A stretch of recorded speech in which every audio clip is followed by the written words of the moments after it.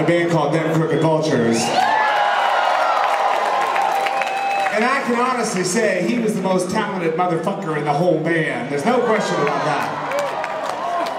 But the great thing about Al, not only was he in the legendary band 11, but he was also in the band Queens of the Stone Age for a little while.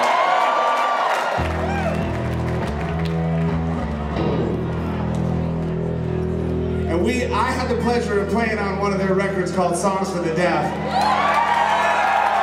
And Al had the pleasure of writing one of the songs on that record. A song called Hangin' Tree, and it sounds like this.